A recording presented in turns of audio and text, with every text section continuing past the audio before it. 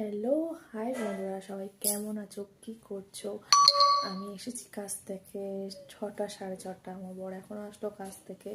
তো আমরা সত্যি কথা বলতে ব্লগ করার সময়টা পাই না।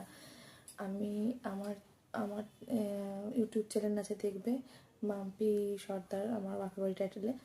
আর এটা আমার নতুন পেজ, নতুন চ্যানেল, মা দীপ মাম্পি লাইফস্টাইল। তো এই বড় আসে কাজ থেকে, মাঝে মাঝে হাতে পাই, তখন ছোটো মিনি ব্লগ করতে পারি।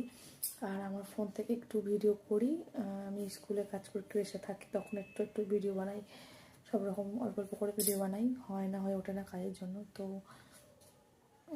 আমার বর এখনই আসলো কাজ থেকে, একটু আগে গল্প করছিলাম। তো ও এখন যাবে আবার জল দিতে। আমি এখন রান্নাবান্না করবো, রান্নাবান্না বসাবো। আমি এসে একটু সুন্দর দিয়ে এই চাটা খেয়ে এখন গল্প করছিলাম। তো চলো।